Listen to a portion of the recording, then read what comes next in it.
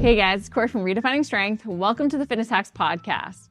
Today I want to help you stop resisting change.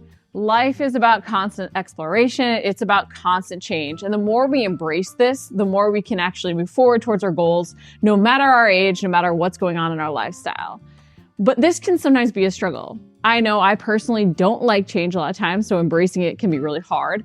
But also along the way of making changes, we can get resistance not only from within with some of the different things we have to push through, but also resistance without. We can have people not like the changes that we're making and even weaponize the term "you've changed." But today I really want to talk about how you can adjust your diet and workouts to match what you need right now to always be moving forward, especially if you are feeling like your age might be holding you back or if you're going through menopause. That time of life is often called the change, and that just means that we have to adapt things to really meet ourselves where we're at. Michelle is going to share some great macro strategies to help you adjust your nutrition to help feel your most vibrant, your most youthful at every age, and even address some of the changes that you'll see with menopause. And then I want to go over some workout hacks as well. But before I jump into all of that, I do want to talk about the weaponization of change, as people often present it to us, saying you've changed is a bad thing.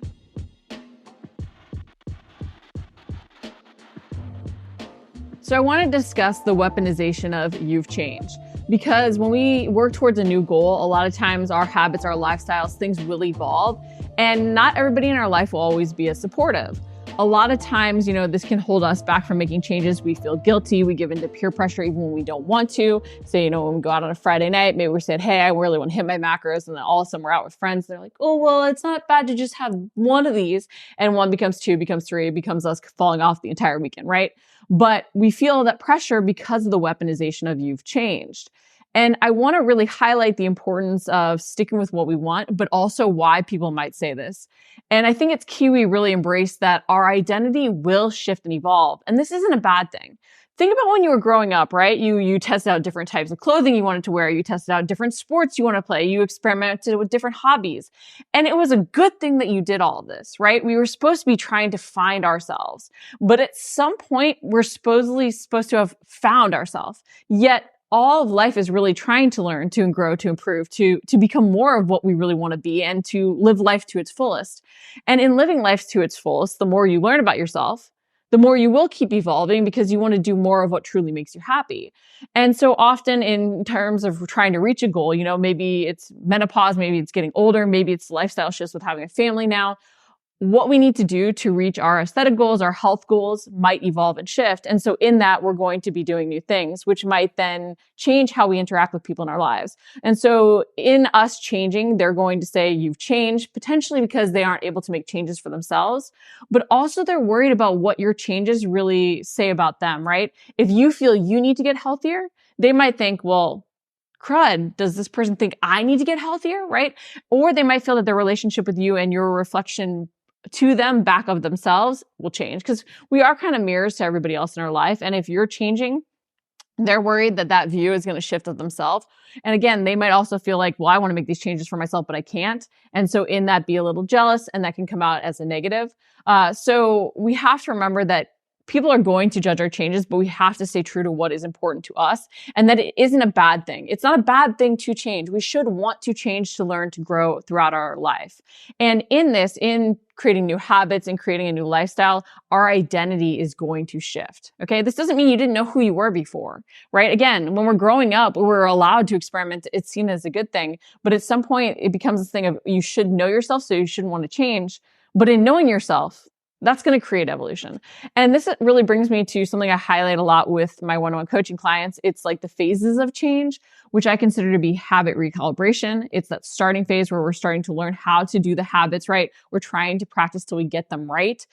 It's a lot of unlearning of old things that we were doing. But in this phase, there's a lot of wanting to default back into what we've always done. We really want to give into that peer pressure. That's usually about 3 to 4 months. And then about 16 to 18 months in, we start to see that lifestyle construction. We're starting to, practice until we can't really get things wrong. We're doing the habits consistently. We find that we're not defaulting back into old patterns as easily. We don't have to be as conscious about the old habits we used to replicate because the new ones are feeling comfortable. We're feeling more disciplined with them. There, of course, are still those stressful situations that make us, maybe want to eat out of emotion, or there's those times we still give into peer pressure, but we're starting to recognize those boundaries a little bit more.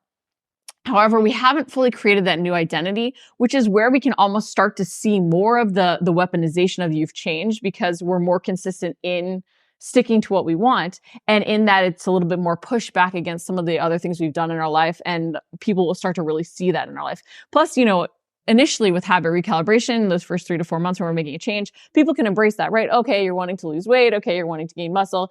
These habits aren't forever in their head. And with that lifestyle construction, the 16 to 18 months when you're hitting that year point doing it, it's becoming a reality that your lifestyle has evolved.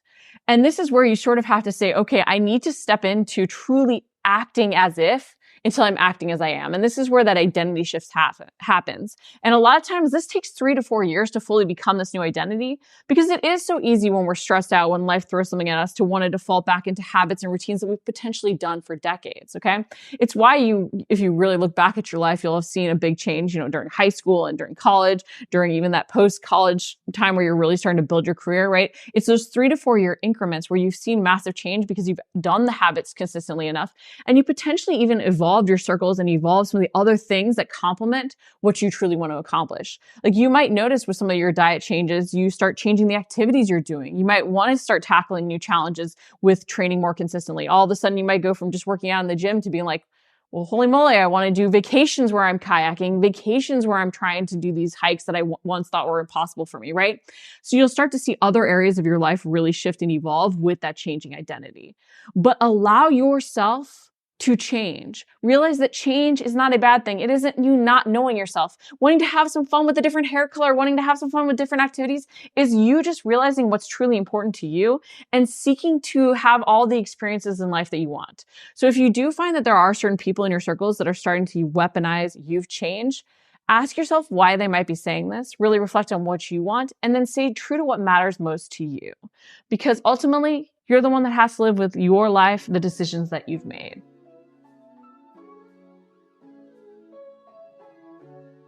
Our nutrition has to evolve as our body needs and goals change. When we're going through menopause, as we're getting older, if our diet doesn't change, we are really missing out on all that we can really control to move, feel, and look our best. I'm super excited to talk with Michelle today about getting older, going through menopause, and how we can adjust our nutrition to really match what our body needs now. So thank you so much, Michelle. I'm super excited to dive in. So let's talk about, how does our nutrition actually need to change as we get older and go through menopause? So menopause is often referred to as the change.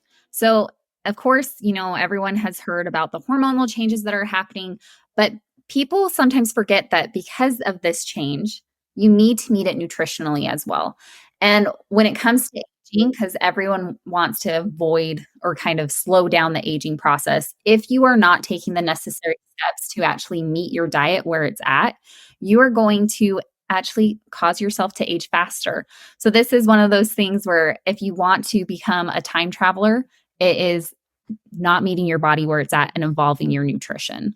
So one of the first things, and I know most people probably by now won't be surprised that we're going to talk about it, is going to be protein. Protein is the first thing that you should really focus on in your diet when you are hitting that menopausal stage. And this isn't just for muscle health. And yes, don't get me wrong, muscle mass is super important. And I do think it is the organ of youthfulness and longevity, but also focusing on protein is going to improve your metabolism, help your hormone regulation, improve bone health. You cannot have a young, healthy body if you are not taking care of your bone health. So you require protein to be able to actually produce and synthesize collagen. Collagen is a crucial component. And I know a lot of people nowadays are hearing the benefits of collagen and thinking, youthful looking skin. And that's true too. It's not just about your bone health, but also about your skin. So if you're looking for structure and elasticity and wanting that firmness, we do want to make sure that we're consuming adequate amount of protein to be able to have that collagen production as well.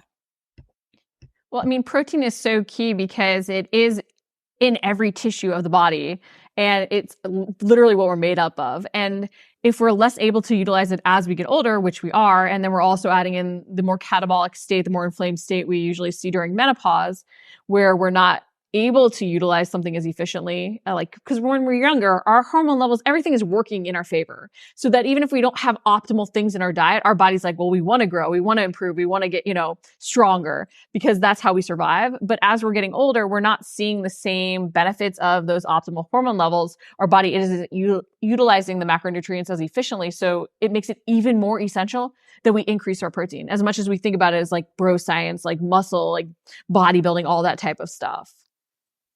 Yeah, it's so much more than just muscle mass, but muscle mass, of course, is so important as well. And you mentioned, that it goes to bone health, that it's with, keeping our skin youthful and vibrant, but there are so many other benefits that you even like touch on, like metabolism. I know it goes back to hormone regulation as well. Can you touch on some of those things too, and the importance of protein there? Yeah, so protein has actually a higher thermic effect compared to carbohydrates and fats. So this actually means that your body burns more energy to digest and metabolize protein. So you can have a slightly boost of metabolism just by consuming a diet that's going to be slightly higher in protein.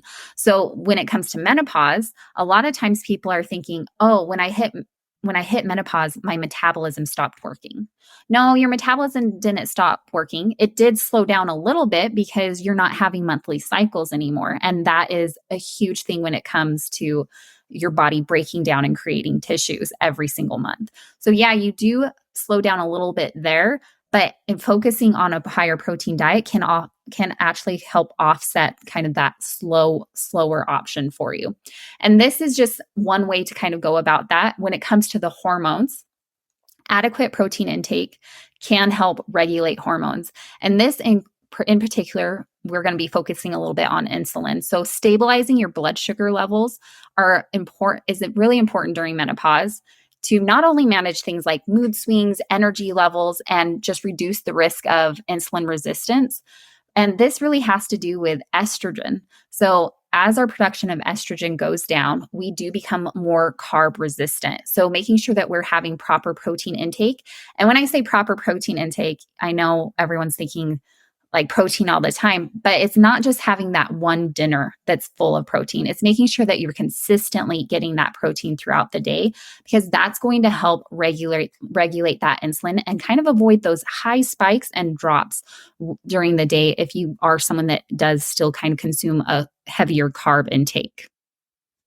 And even going back to metabolism, we talk about, or you hear people say a calorie is just a calorie, all calories are the same.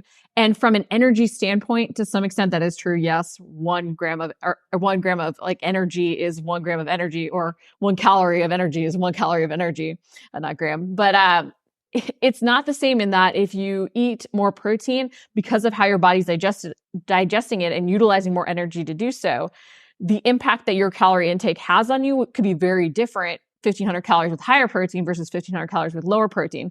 So it's why we do have to be conscious that our calorie needs could change based on the macros that we're even using.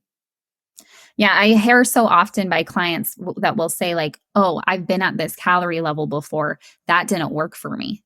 Especially when we're trying to push calories up, because oftentimes that is the process is actually increasing calories. And I have to always remind them, yeah, you did that before, but did you do it at this macro ratio? Because the effects from that macro ratio are going to vary drastically compared to just focusing on calories alone. And you mentioned hormone regulation, but it's even more than just regulating hormones and helping if you are seeing that you are becoming a little bit more insulin resistant. It's also hormonal balance. Can you touch on that a little bit too?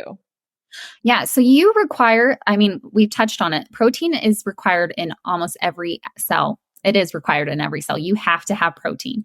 So this is the same when it comes to hormones and enzymes. So for your body to actually produce hormones, you have to have adequate protein intake. So often I will have women who go through menopause and slash their calories.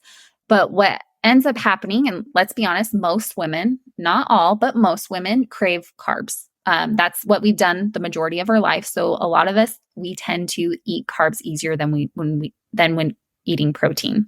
So the problem with that is when you cut calories and you're only focusing on the calories, you tend to cut the foods that you don't really enjoy maybe as much. And so usually when the slash calories come, they slash their protein drastically because they're saving their calories for those fun foods or for those carb heavy foods.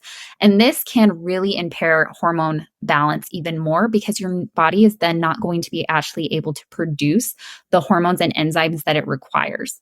So we really want to make sure that one, we're not slashing calories like crazy, but two, we are still focusing on that higher protein needs because your body is trying to produce hormones still. Menopause does not mean that you don't have any hormones that are still being produced. It just means that you have a lower amount of estrogen and progesterone that are producing.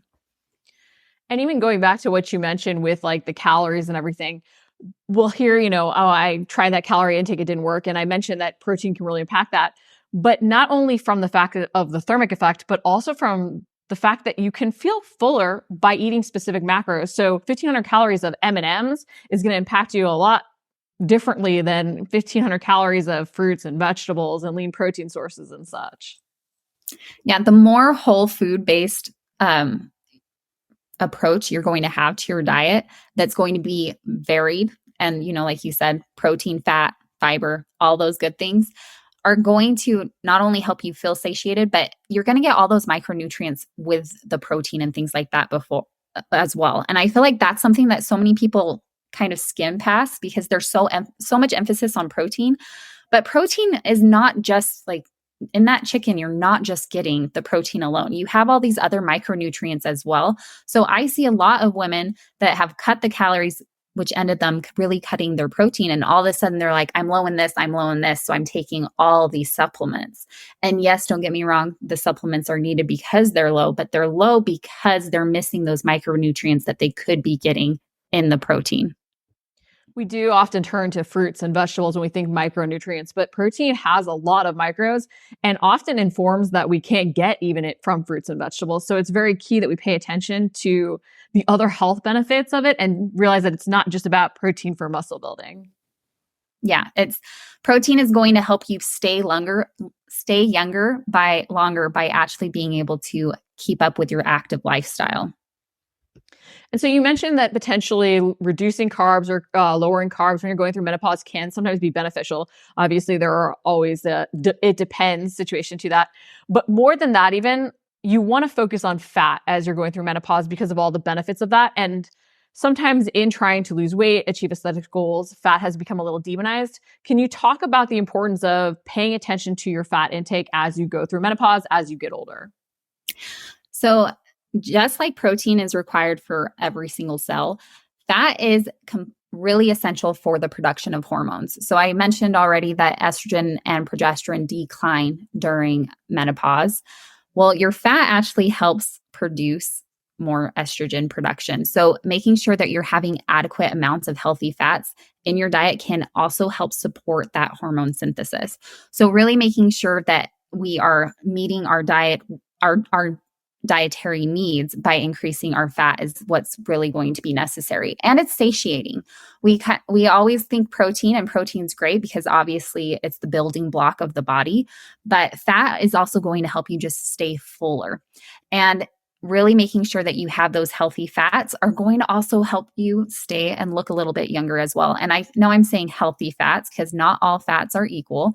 We really want to be focusing on that monounsaturated, that polyunsaturated fats. So those omega-3s that you get from those fatty fish, flax seeds, walnuts, those are really also going to help your skin and your hair health. So this is really going to help you appear a little bit more youthful because one of the things that it helps with is making sure that you are staying more hydrated. And becoming dehydrated is something that can also occur during menopause. And when we're focusing on fats, and you mentioned that they can help you feel fuller for longer, it's also key we understand like the nuance of things because fats pack more calories. There are 9 calories per gram of fat that you're going to consume. So knowing that when you want to pair fats with something else to also get that volume in play to feel fuller can be really key. So maybe not grabbing the handful of nuts, so to speak, but putting the handful of nuts in something else that allows for volume with the added fats can really help if you're like, well, but I eat fats and I don't feel full and it's not a satisfying snack. That's where you can find that balance of using fats to create that satiety, that fullness, while getting in the volume and even potentially getting in some protein in a tasty way. Yeah, exactly. So even simply just adding your nuts or your seeds on top of a salad, you're going to increase your fiber intake. You're going to increase a little bit of your protein intake. You're going to have that healthy fat. And that's really kind of what we're shooting for is you want to have that good mix of macros where you're going to have protein to provide energy and help you stay full as well. Fat is going to help provide some energy, help you stay satiated. And that carb in a well balanced meal is going to help give you even that lasting energy throughout the day. And talking only not only about like, looking younger, feeling younger, but staying younger like mentally, physically in terms of our health, fats have a really big role to play. Yeah, they support your brain health and your cognitive function. So if you're someone that really wants to be sharp in your old age, which I think that's the goal for most of us, we want to be able to live independently for as long as possible. We do want to make sure that we are consuming healthy fats regularly. And this can actually really become affected during menopause. It's oftentimes when our memory and cognitive changes start to occur. So really making sure in particular during this stage that you are focusing on those healthy fats is going to help support your mental well-being. And in terms of health, fats also have a great benefit in terms of our heart health. And I think this is such an important thing to touch on too, because often we do think of fats in a negative way when it comes to heart health. So can you talk a little bit about that?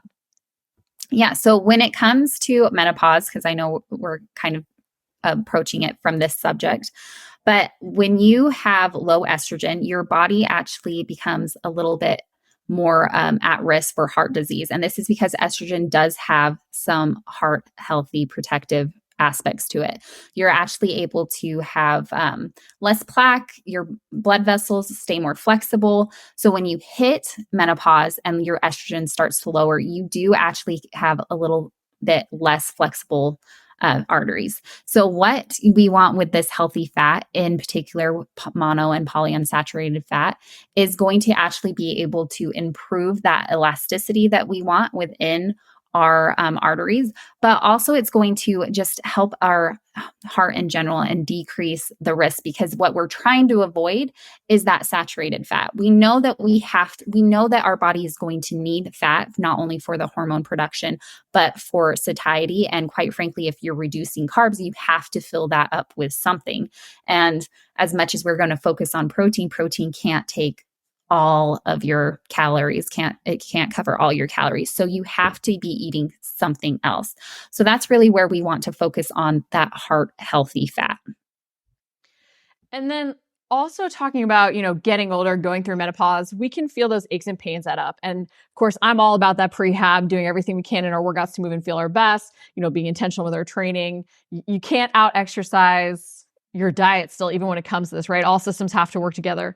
So what can we do from a nutritional standpoint to keep our joints healthy, alleviate some of those aches and pains we might find adding up with a little bit more inflammation during menopause, or even due to potentially not taking care of our body as much when we were younger because we got away with stuff? What can we do from a nutritional standpoint to keep our joints healthy? So the easiest thing, that the cheapest thing to kind of address and change first is going to make sure that you are being properly hydrated. Really making sure that you have a decent amount of water intake is going to help with keep that cartilage and the cushioning material in your joints well lubricated. So this is really why we want to make sure that we're drinking plenty of water throughout the day, not just sitting. Again, I think that the same thing with protein. Oftentimes I will hear people be like, oh, well, I drink this much at lunch. I'm like, great, but what did you drink in the morning? What did you drink in the afternoon? What did you drink in the evening?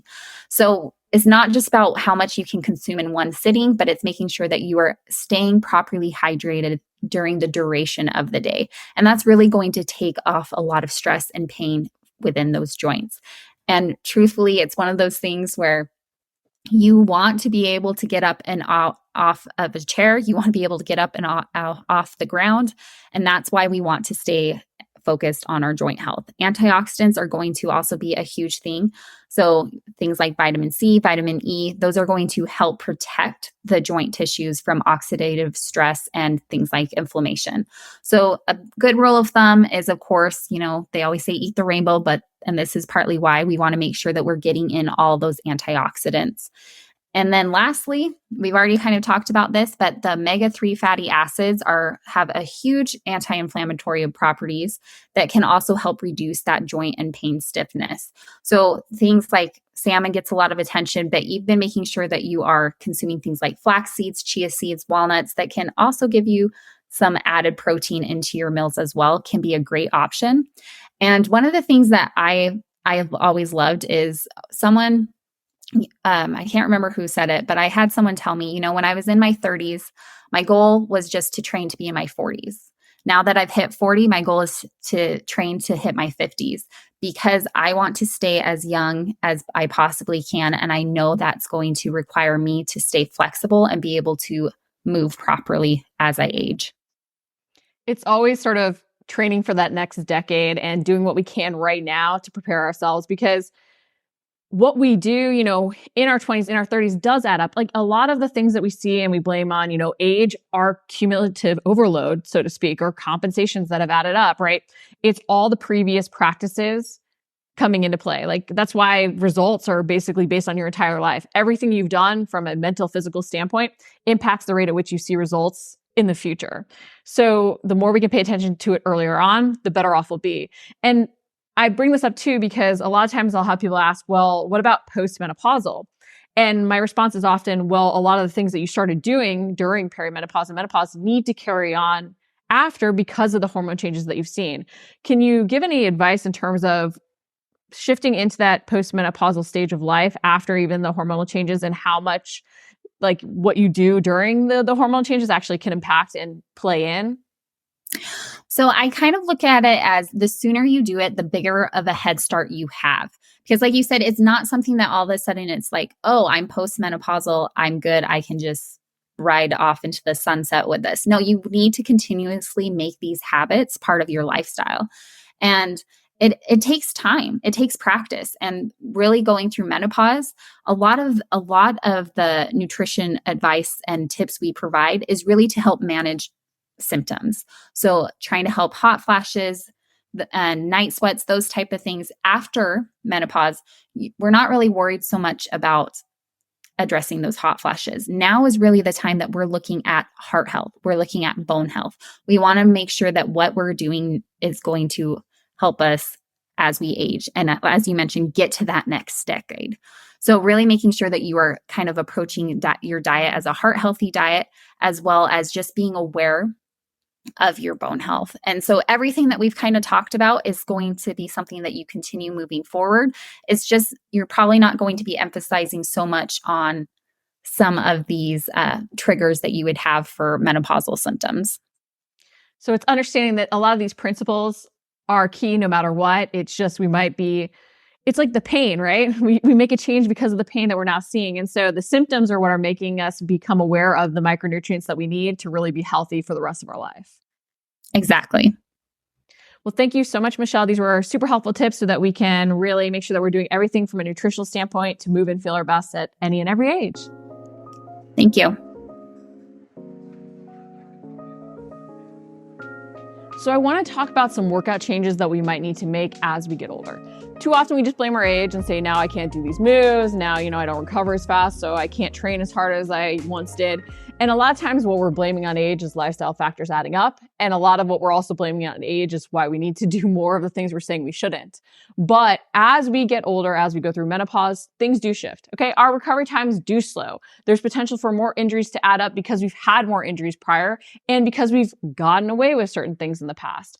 A lot of things we shouldn't have gotten away with, right? When we skip that mobility work, had we done more of it, we might be in a different situation now. Of course, we can't go back. So all we can do is recognize that what we need to do moving forward is different. Okay.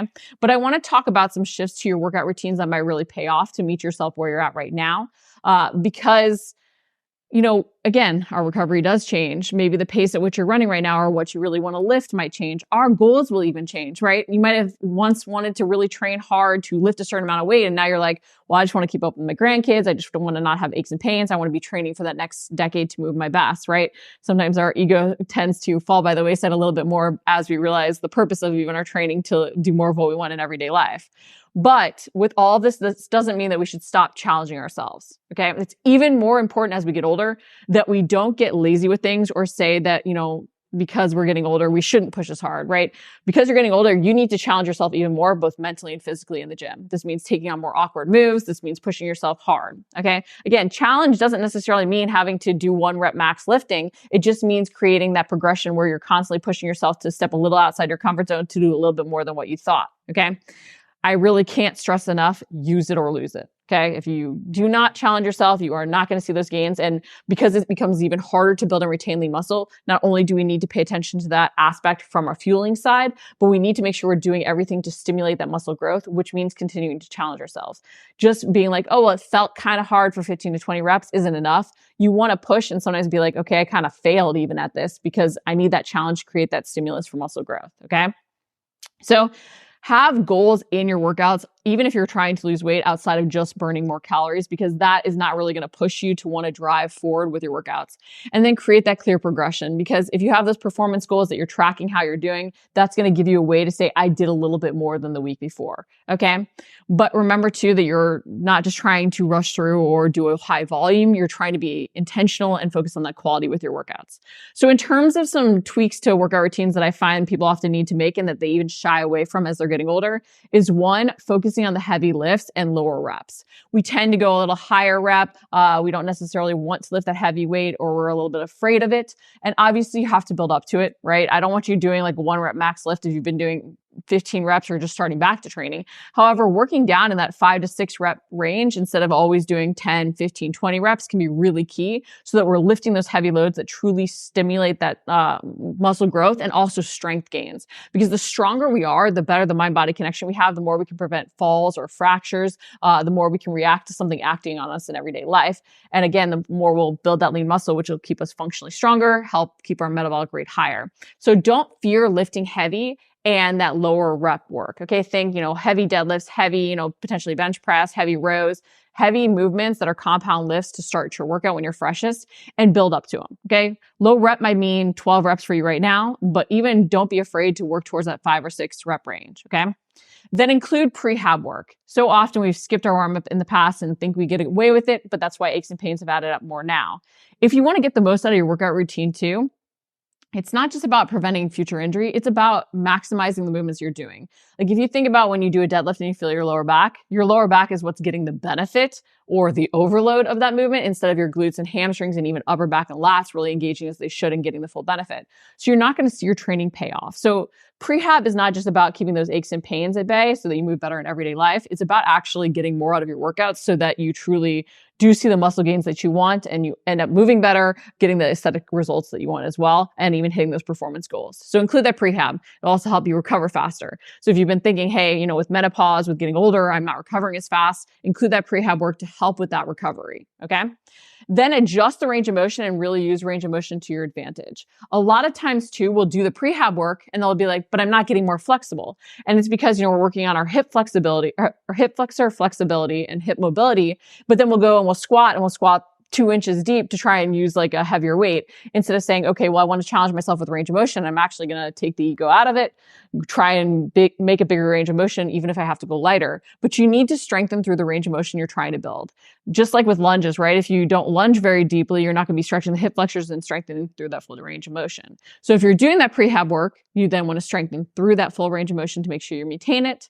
And again, that can really create progression, but not only making the range of motion bigger. So like if you think about, if you're building up the split squat, you might go to a balance lunge and put your back foot up on a bench.